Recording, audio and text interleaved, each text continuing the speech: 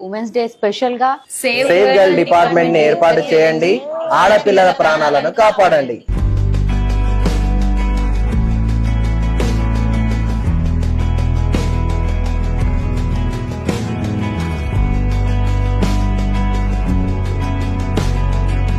ఎక్కడ కూడా ఆడపిల్లకు మనకు ఇది లేకుండా అయిపోయింది. బస్ స్టాప్ లో గానీ, కాలేజ్ లో ఎక్కడ కూడా సెక్యూరిటీ లేకుండా, సేఫ్టీ లేకుండా అయిపోయింది. చివరికి తల్లి కడుపులో కూడా సేఫ్టీ లేకపోతే ధర్మమా?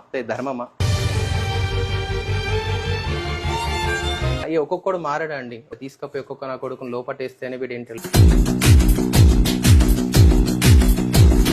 యానిమల్స్ కున్న వాల్యూ, జంతువులకు ఉన్న వాల్యూ ఆడపిల్లల పుట్టుకకున్నదా లేదా? భారతదేశంలో పర్ యానం 25 లక్షల మంది ఆడపిల్లలు చంపుతున్నారు అల్ట్రాసౌండ్ తో, లిటరల్లీ. వాడు సెకండ్ ఆడపిల్ల పుట్టింది, థర్డ్ ఆడపిల్ల పుట్టింది అని చెప్పి అమ్మని నడి రోడ్ మీద పెట్రోల్ వచ్చి పెట్టి బుజ్జి నాన్న కన్నా అంటే ఎవ్వడు వినడు. పట్టుకపోయి ఈ సృష్టి మన కూడా ఆడపిల్లలతోనే ఉంది. మరి వాళ్ళనే వద్దంటే ఈ సృష్టి ఏమైపోవాలా?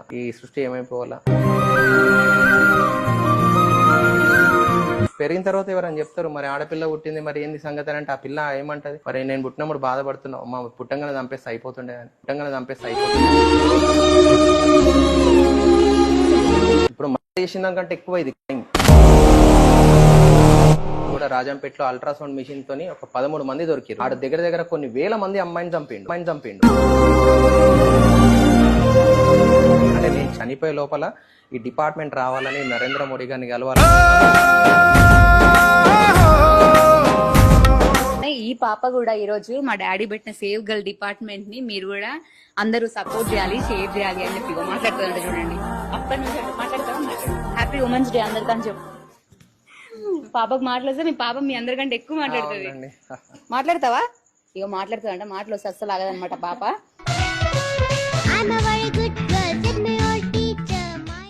Hi everyone, welcome to Vedant TV. నేను మీ సౌమ్య.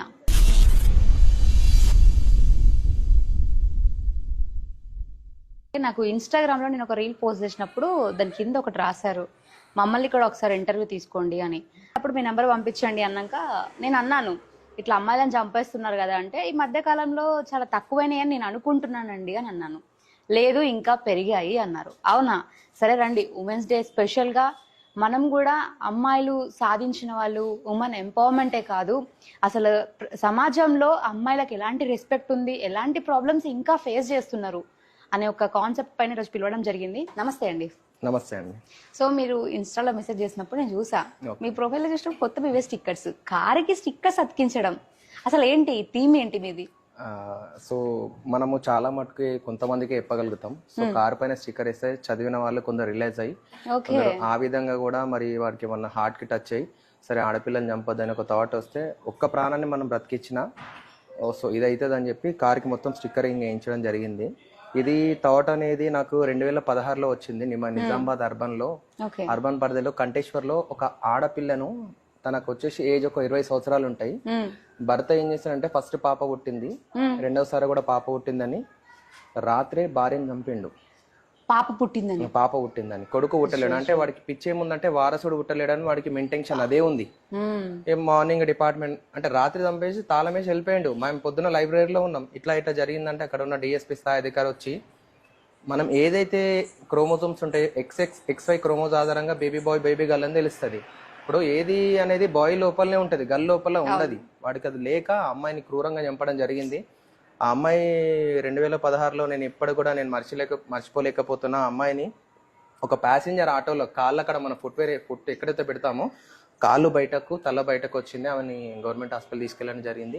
మరి వాడికి ఇంకా పనిష్మెంట్ కూడా పడలేదు. సో ఆ రోజు స్టార్ట్ అయింది 2016లో ఇట్లా వారసుడు పుడతలేడని చెప్పి ఆడపిల్లని చంపుతారని. ఎట్లయినా ఇప్పుడు మనము తాయి పడేసే సీసాల కోసం ఎక్సైజ్ డిపార్ట్మెంట్ ఉంది, ఎక్సైజ్ పాలసీల కోసం, బెల్ట్ షాప్ల కోసం, ఇల్లీగల్ లిక్కర్గా ఎక్సైజ్ డిపార్ట్మెంట్ ఎట్లయితే ఫామ్ చేసిరు అంటే, ఎక్సైజ్ డిపార్ట్మెంట్ ఏంటంటే యూనిఫామ్ సర్వీస్, దానికి సపరేట్ గా న్యాయస్థానాలు ఉన్నాయి, కోర్టులు ఉన్నాయి, పోలీస్ స్టేషన్స్ ఉన్నాయి. సో మనం ఇక్కడ కూడా చూడొచ్చు, మన వన్యప్రాణుల సంరక్షణ చట్టం 1972 యాక్ట్ ప్రకారం ఫారెస్ట్ డిపార్ట్మెంట్ తీసుకొచ్చారు. వాళ్ళ పని ఏంది, యానిమల్స్ సేవ్ చేయడం, యానిమల్స్ మన ఫారెస్ట్ సంబంధించిన ల్యాండ్ ని సేవ్ చేయడము, యానిమల్స్ కి ప్రొటెక్ట్ చేయడానికి సపరేట్ గా డిపార్ట్మెంట్ పెట్టారు. మరి ఆ యానిమల్స్ కున్న వాల్యూ ఆడపిల్లల పుట్టుకకు ఉన్నదా లేదా? మరి సేవిగల్ డిపార్ట్మెంట్ ఏర్పాటు చేయాలి. మరి ఫారెస్ట్ డిపార్ట్మెంట్ ఎట్లయితే ఏర్పాటు, ఫారెస్ట్ కూడా ఒకటే, దానికి కూడా సపరేట్ గా పోలీస్ స్టేషన్ ఉంటుంది, ఎఫ్ఆర్ఓ ఉంటాడు, డిస్ట్రిక్ట్ మ్యాజిస్ట్రేట్ ఉంటారు హెడ్ గా. దానికి సపరేట్ గా పోలీస్ స్టేషన్స్, న్యాయస్థానాలు ఎట్లయితే పనిచేస్తూ ఉన్నాయి ఫారెస్ట్ డిపార్ట్మెంట్ కోసం, ఓన్లీ ఆడపిల్లల పుట్టుక కోసం ఇప్పుడు ఎట్లయితే యూనిఫామ్ సర్వీస్ ఎట్లయితే ఏర్పాటు చేసిరో, రీసెంట్ గా మనం చూడొచ్చు నార్కోటిక్ డిపార్ట్మెంట్ వచ్చింది. అంటే ప్రజల సంక్షేమం కోసం రకరకాల డిపార్ట్మెంట్ తీసుకొస్తారు. ఈ డిపార్ట్మెంట్ అనేది ఆడపిల్లల పుట్టుక కోసం ఈ డిపార్ట్మెంట్ ఏర్పాటు చేయమంటున్నారు. వీళ్ళు కూడా యూనిఫామ్ సర్వీసే, వీళ్ళకి సపరేట్ న్యాయస్థానాలు సపరేట్ గా తీసుకురమ్మంటున్నా. పోక్సోకి ఎట్లా తీసుకొచ్చారు, ఫారెస్ట్ కి న్యాయస్థానం ఎట్లుంది, సెపరేట్ గా పిఎస్ ఉంది. దీనికి కూడా ఆడపిల్లల ఒక పుట్టుక కోసము సపరేట్ గా డిపార్ట్మెంట్ తీసుకురమ్మంటున్నా. అడ్మినిస్ట్రేషన్ లో 39 డిపార్ట్మెంట్లో ప్రతి డిపార్ట్మెంట్ ప్రజల సంక్షేమం కోసం ఎట్లయితే పనిచేస్తుంది, అంటే ఒక్కొక్క డిపార్ట్మెంట్ కి ఒక్కొక్క విజన్ ఉంటుంది. సో ఈ డిపార్ట్మెంట్ ఏంటంటే ఆడపిల్లలు వేరినాక ప్రాపర్టీలు ఇవ్వడము చేయడం అది కాదు.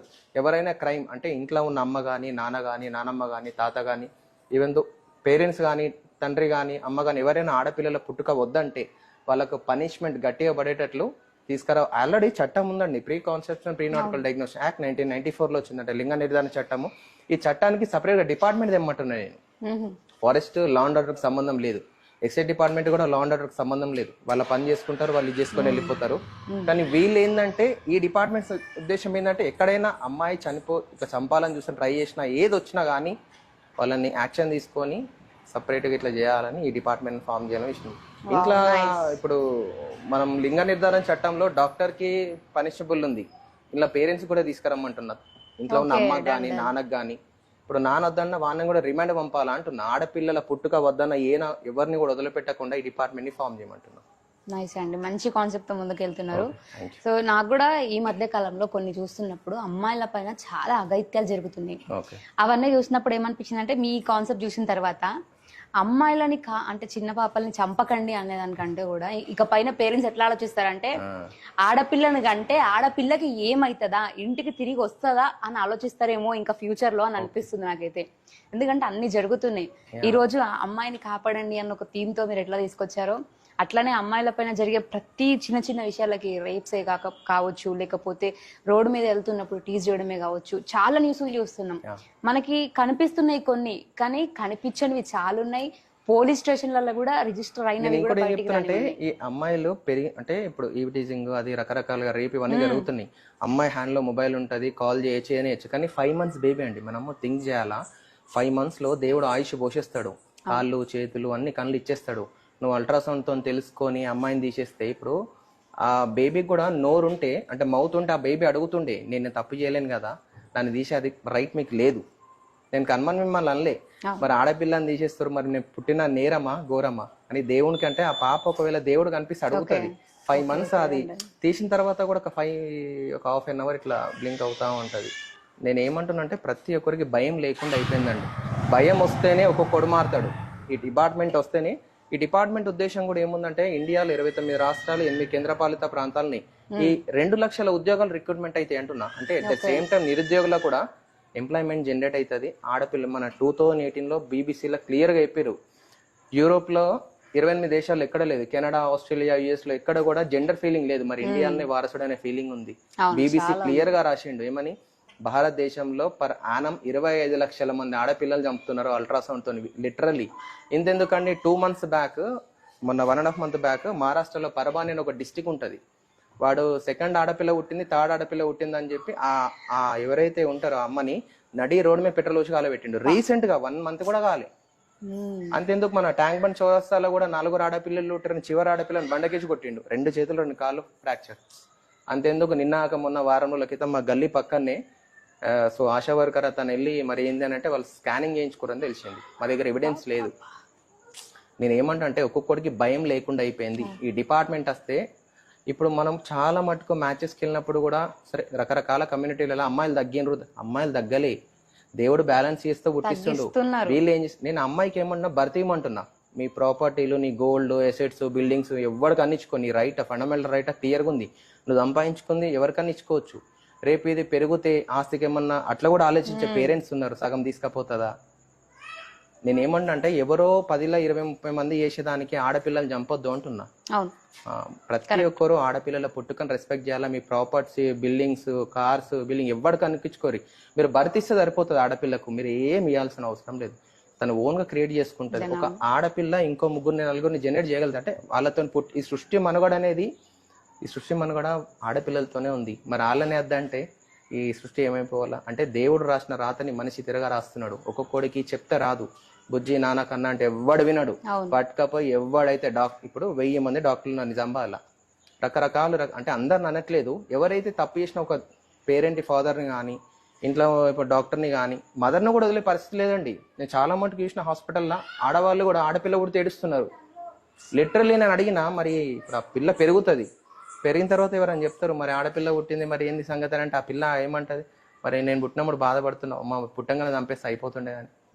అట్లా ప్రతి ఒక్కరు ఆడపిల్లల పుట్టుకను రెస్పెక్ట్ చేయాలా. ఆడ పుట్టుక వద్దన్న ఎవరిని కూడా వదిలే పరిస్థితి లేకుండా డిపార్ట్మెంట్ తీసుకురమ్మంటున్నా. యాక్చువల్ అయితే పనిష్ అయితే 3 years 10,000 పెనాల్టీ ఉంది. దీనికి 20 years వరకు పనిష్మెంట్ తీసుకురమ్మంటున్నా. కుదిరితే లైఫ్ కూడా ఏమంటున్నాం. ఎందుకంటే ఈ పుట్టుక అనేది ఆగిపోతే ఈ సృష్టి మనుగడ సాధ్యం కాదు. ఇప్పుడు మర్డర్ చేసిన దానికంటే ఎక్కువ ఇది క్రైమ్. బేబీని చంపడం అంటే మర్డర్ చేసిన దానికే అవసరం. సో ప్రతి ఒక్కరికి భయం రావాలా. ఆ భయం రావాలంటే డిపార్ట్మెంట్ రావాలని నేను చేసిన. సో నేను 2018లో నిజామాబాద్ అర్బన్ ఎమ్మెల్యే కూడా పోటీ చేసిన నిజామాబాద్ అర్బన్. సో ఈ ఆడపిల్లని ఏదో రకంగా ముందడికి తీసుకెళ్ళాలి, డిపార్ట్మెంట్ రావాలని ఈ రకమైన స్టిక్కరింగ్ వేయించి రకరకాల ఛానల్స్లో రకరకాలు చేసి ఫైనల్గా మీరు కూడా పిలిచి ఇప్పుడు ఉమెన్స్ డే ఉంది కదా, సో దాన్ని స్పెషల్ చేయడం చాలా మంచి.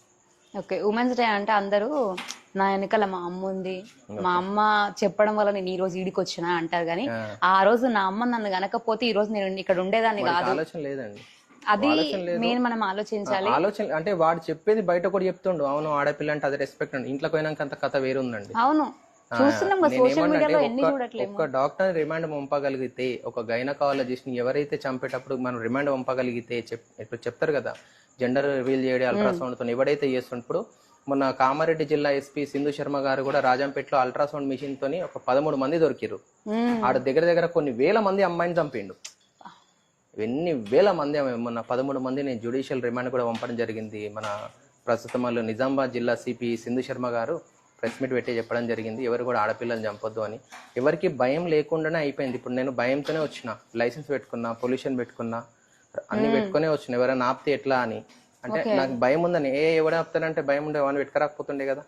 అంటే పుట్టుక అనేది ఆడపిల్లల పుట్టుక ఫుల్ స్టాప్ చేద్దామని చూస్తారు అందరు, అదే పరిస్థితి ఉంది. సో నిజామాబాద్ అయితే రకరకాలుగా వినిపిస్తుంది, కానీ నేను ఏం చేయగలుగుతా ఒక్కొన్ని.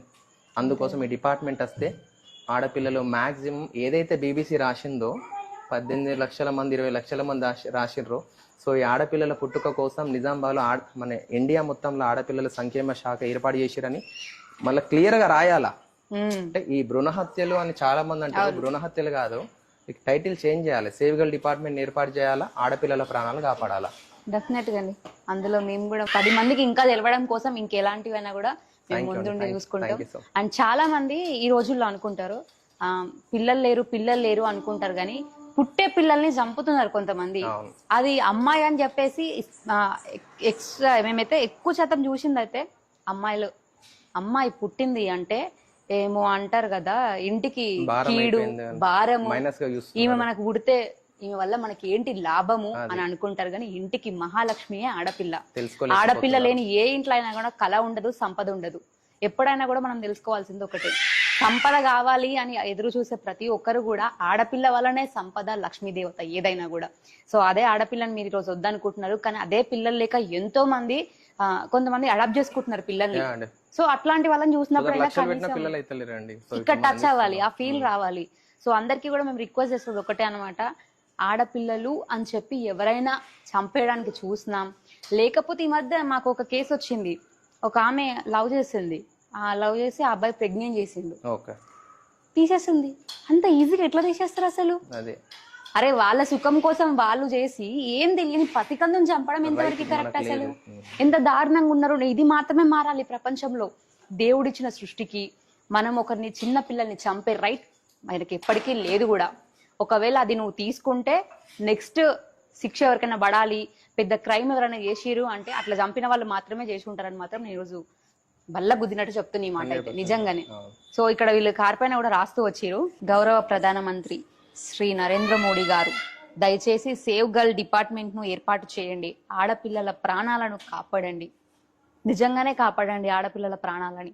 సో ఇక్కడ వాళ్ళు క్లియర్ గా రాశారు, save girl, save women, save India. ఎక్కువ మన ఇండియాలోనే జరుగుతున్నాయి అని ఇప్పుడు కూడా క్లియర్ గా